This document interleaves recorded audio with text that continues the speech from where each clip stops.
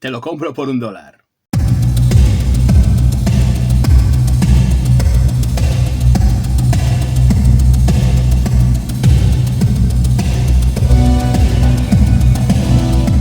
Hola huerdos y huerdas, ¿qué tal? ¿Cómo estáis? Sed bienvenidos un día más a mi cueva y sed bienvenidos un día más a Videoclub Weird. Hoy vamos a hablar de una película que es todo un clásico, que es una película muy especial para mí, un clásico del cine de acción de los 80, un clásico de la ciencia ficción y una película totalmente irrepetible. Estamos hablando de Robocop de Paul Verhoeven. A principios de los 80, un ejecutivo de Hollywood, un tanto asqueado por su gremio, y su colega van a ver una peli del cine. Cuando acaba la sesión, los dos salen totalmente hipeados de la sala. Esa película se titulaba Blade Runner. Los dos colegas deciden a partir de ese momento escribir un libreto en el que mezclarían conceptos con robots y con cyborgs, ¿no? Una película en la que un policía sufriría un atentado o un ataque por parte de unos criminales y una corporación privada lo convertiría en un cyborg que lucharía contra el crimen en la ciudad de Detroit.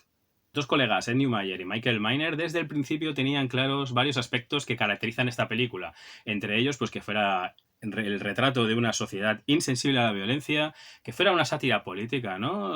Concretamente de la administración Reagan, que era la que gobernaba ese momento en Estados Unidos, que fuera una crítica feroz al capitalismo, al liberalismo, enseñando pues esa corporación que iría privatizando servicios esenciales, ¿no?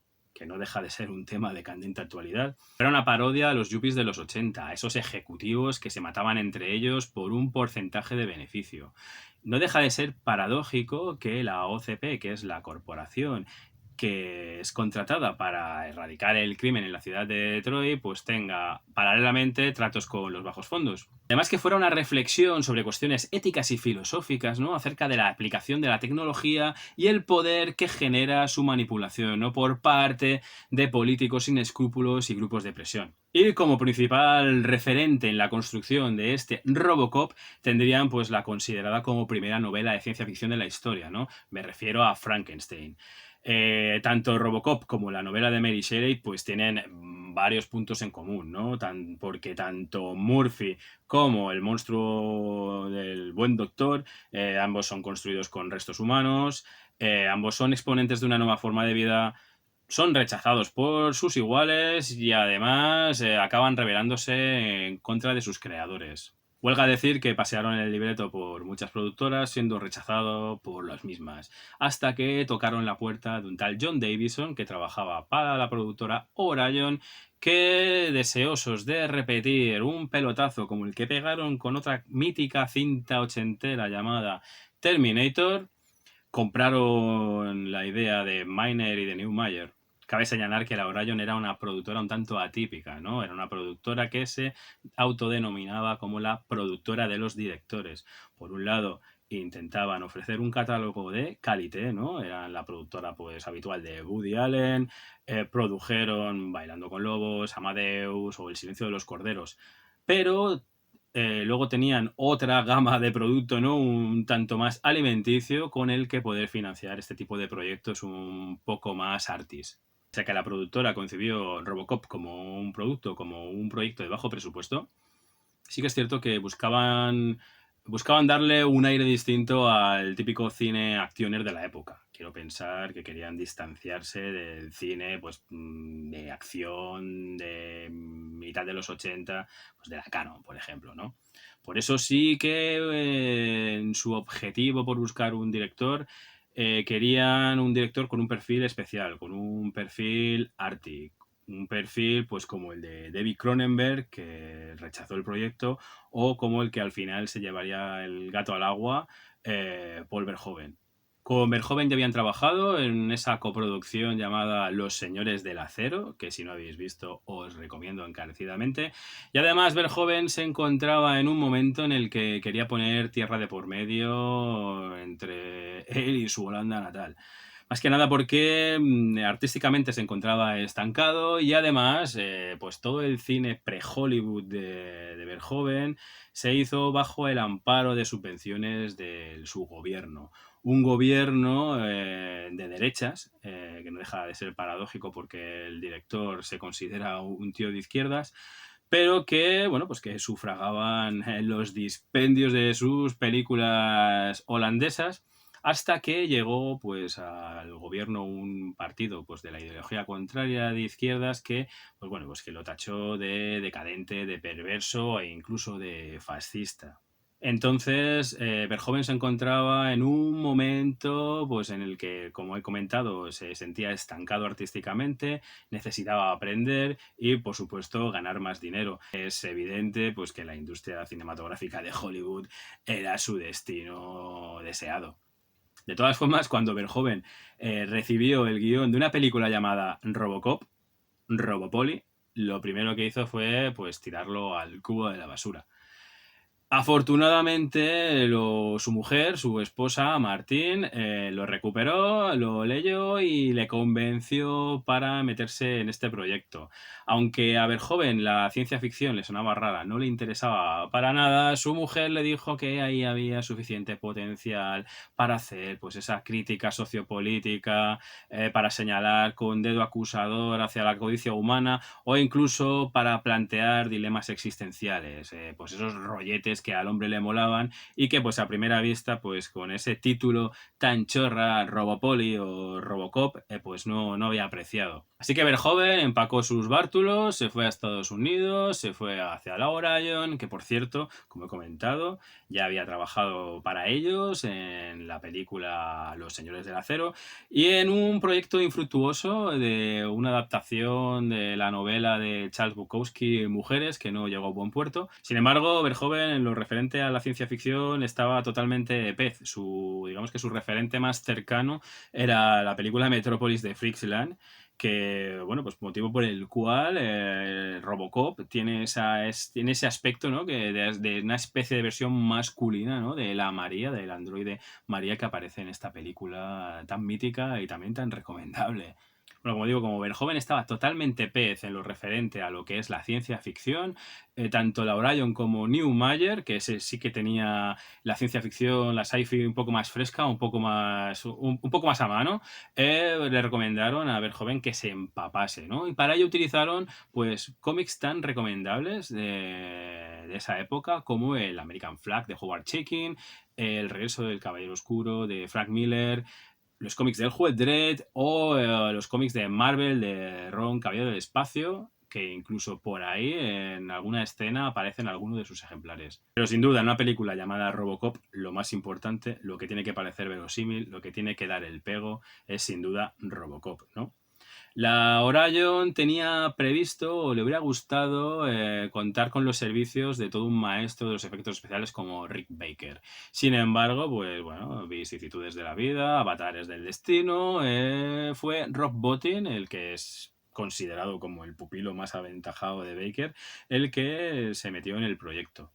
Rob Bottin, por cierto, es ese genio detrás de los efectos de esa pedazo de obra maestra de John Carpenter que es La Cosa. Pese a que la relación entre Verhoeven y Bottin fue fructífera, lo cierto es que fue bastante difícil de llevar. Más que nada porque Rob Bottin tuvo que sufrir las injerencias constantes del director, ¿no? De hecho, Bottin llegó a hacer más de 50 diseños en arcilla, esculpidos en arcilla, que el holandés se atrevía a modificarle con una espátula hasta pues que se le hincharon los y amenazó al director espátula en mano, pues con que o se iba de su estudio o se largaba. Esta difícil relación entre Verhoeven y Rob Bottin pues causó que Rob Bottin dejara de ir al set de rodaje e incluso dejarse de hablarse con el director. También retrasos en el rodaje, porque el traje no estaba listo en las fechas previamente concretadas. La relación empeoró cuando Bottin se enteró de cuál quería ser la iluminación que quería utilizar Verhoeven sobre el traje de Robocop.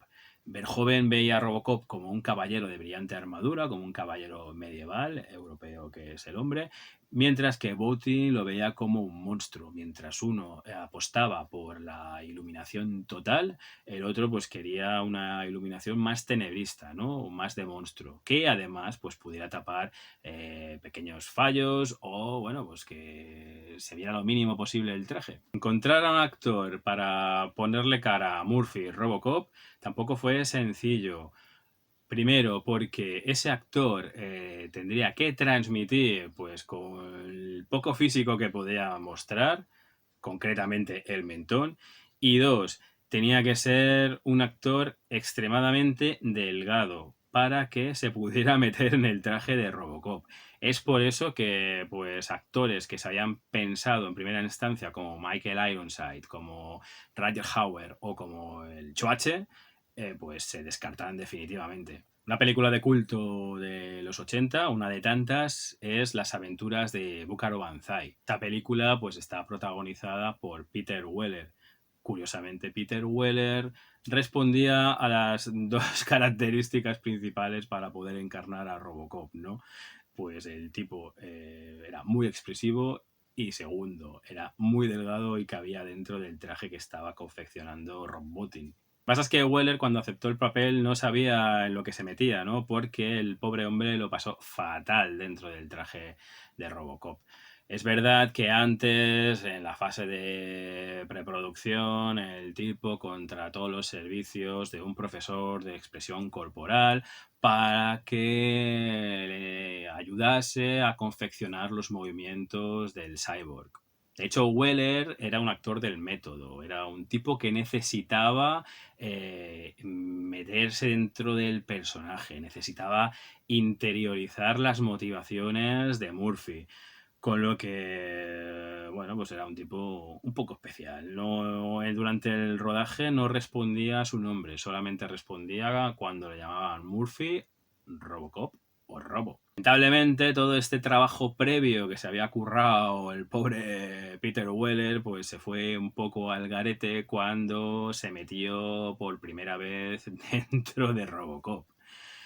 Después de una larguísima sesión de, según la fuente que puedas leer, entre 8 y 11 horas de colocarle pues toda esa armadura, ¿no? Del policía del futuro, Weller se dio cuenta de que no se podía mover.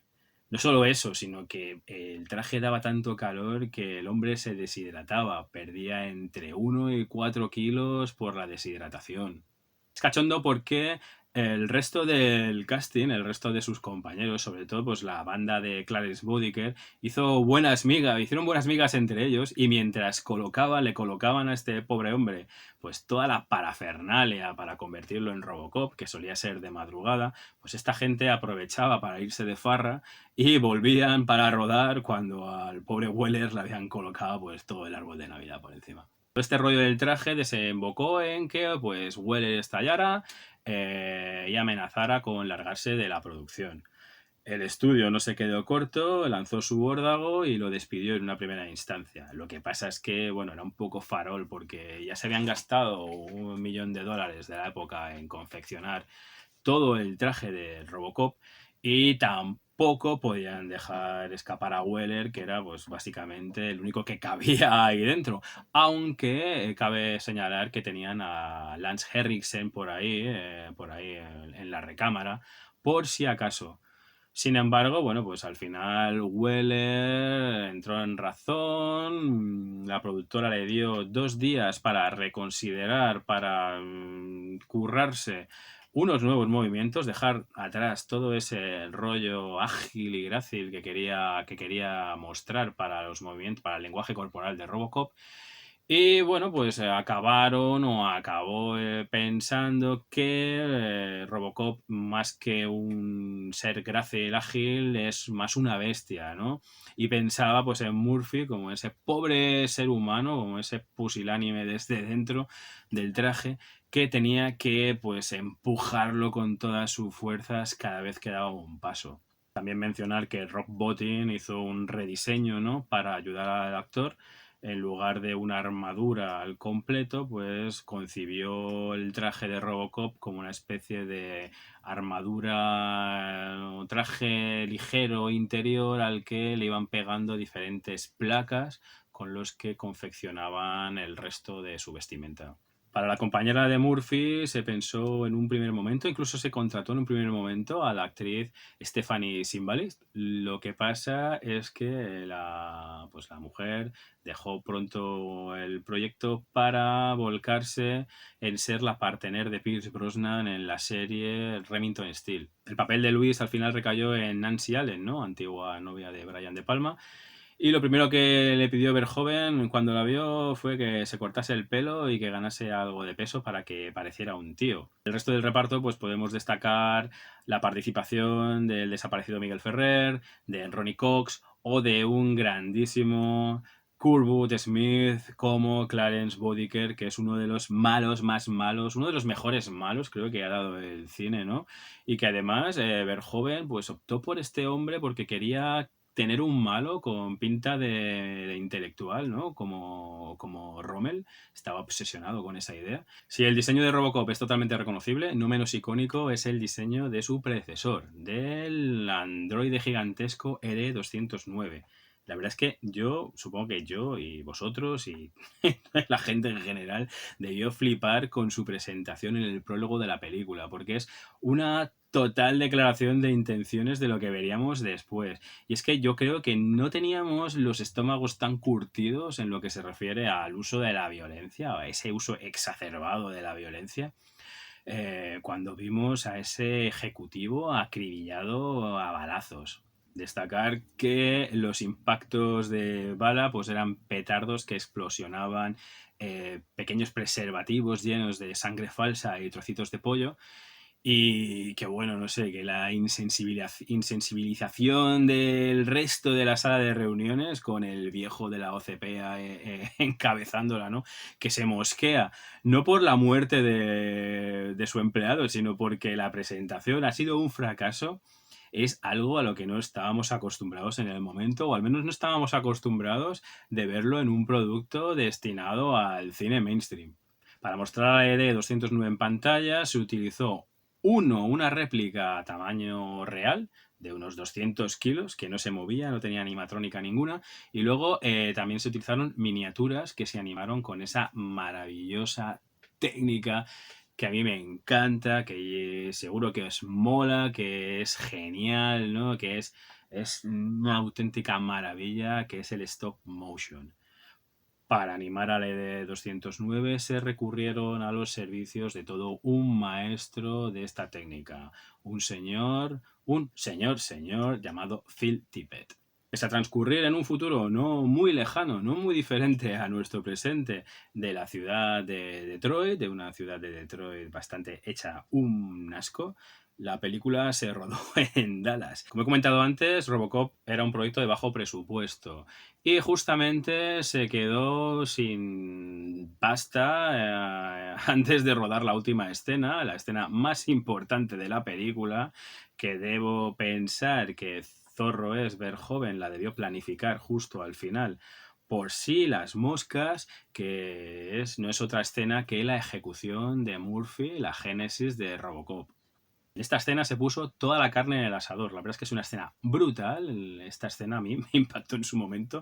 Ver a 4 tíos fusilando sin piedad a un policía indefenso, ¿no? Y la verdad es que se hizo con animatronic, con un torso animatronic hecho por Rob Bottin, que se puede apreciar mucho más en la versión del director, porque tenemos que pensar que esta película sufrió hasta 12 montajes para conseguir una calificación R, no una calificación X, porque las mentes puritanas de la época no entendieron el uso de la violencia como una crítica, como una parodia, sino que se la tomaron totalmente en serio. Y es una escena que la verdad es que mola mucho. Y aunque la censura se cebó pues con la escena de la ejecución de Murphy, con esa mano que explota o con trocitos de cerebro que acaban salpicando la pantalla, Curiosamente no se censuró, se mantuvo en el montaje de cines también de las escenas míticas, una de las escenas más recordadas por el fandom, que es esa en la que pues uno de los malos, el pobre Emil, sufre en sus propias carnes ese baño de ácidos, ese baño que lo deja totalmente deforme, ¿no? Esa escena, todo el mundo, yo estoy convencido de que todo el mundo, cuando lo estoy comentando, pues debe estar pensando en ese ¡Clarence, ayúdame! La verdad es que es brutal, es una escena cojonuda. Sin embargo, pues escenas que le daban un background interesante, no muy significativo, pero sí que interesante, pues por ejemplo a ese presentador de la tele, ¿no? Al de te lo compro por $1, ¿no?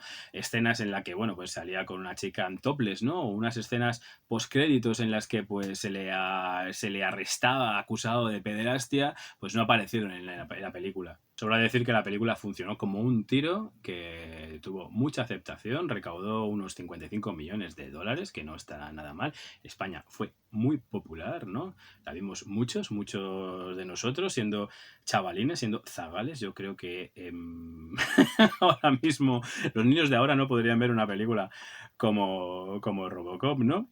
Y es una película, como digo, que se hizo como se pudo, se hizo en su momento y en una década irrepetible, ¿no? Porque aparte de ser una mixtura de géneros, ¿no? De una amalgama que engloba ciencia ficción distópica, western crepuscular, cine de superhéroes, porque al final se presentó como una película de superhéroes, ¿no? Es una película que ha envejecido como el buen vino. Además de esos efectos especiales que creo que han envejecido bastante bien, al menos en mi opinión, el empaque definitivo a Robocop viene dado por esa increíble banda sonora firmada por Basil Polidouris, que seguramente muchos de vosotros estáis tarareando ahora. Robocop es una película que ahora mismo pues, no se podría rodar o no se podría rodar para ofrecer a un público generalista, para ofrecerlo a un público de palomitas. Si no, ya sería en círculos más undergrounds que se distanciarían de todo esto.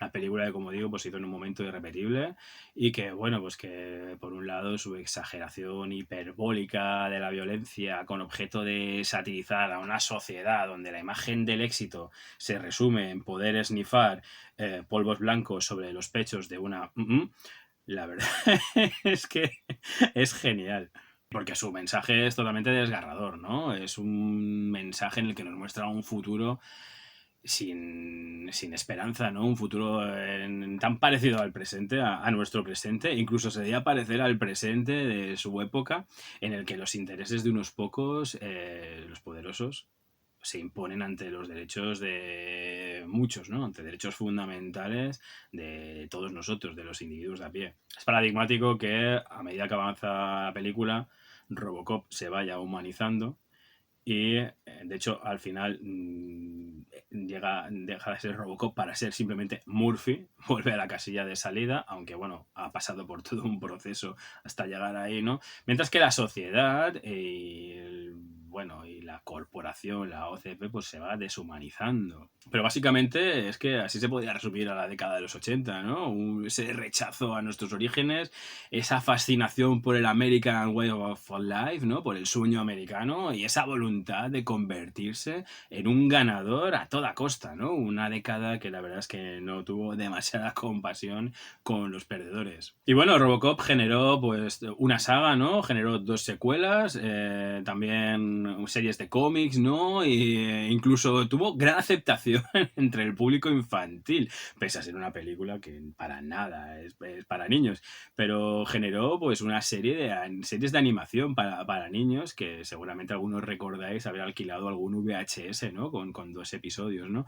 Incluso generó una serie de live action para la televisión, no sé, es una pena que todo lo que produjo para después, todo lo que generó después, pues no tuviera la calidad que tiene la cinta de Paul Verhoeven, porque la verdad es que esta es una cinta que yo creo que es irrepetible, ¿no? De hecho, incluso, pues bueno, pues su remake, que la verdad no voy a entrar demasiado, puedo defenderlo porque es funcional, es una película de acción al uso de ahora, que se puede ver tranquilamente, pues no tiene ni la mitad de mala baba, ni de calidad, ni de carisma que pueda tener esta cinta. Y podría extenderme más, pero lo vamos a dejar aquí. Así que muchas gracias si has llegado hasta este momento. Gracias por ver el vídeo. Gracias por suscribirte al canal. Si no estás suscrito, pues suscríbete.